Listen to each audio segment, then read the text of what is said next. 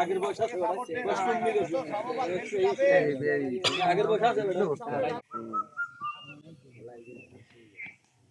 সুন্দর বল করে দিয়ে টুকাই টুকাই খেলো আস্তে টুকা দিয়ে আস্তে আস্তে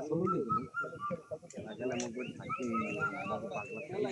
খেলা নিয়ম ক্রিকেট নিয়ম 10টা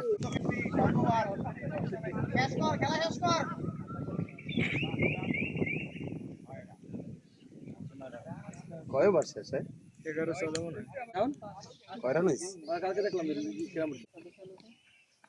এই বল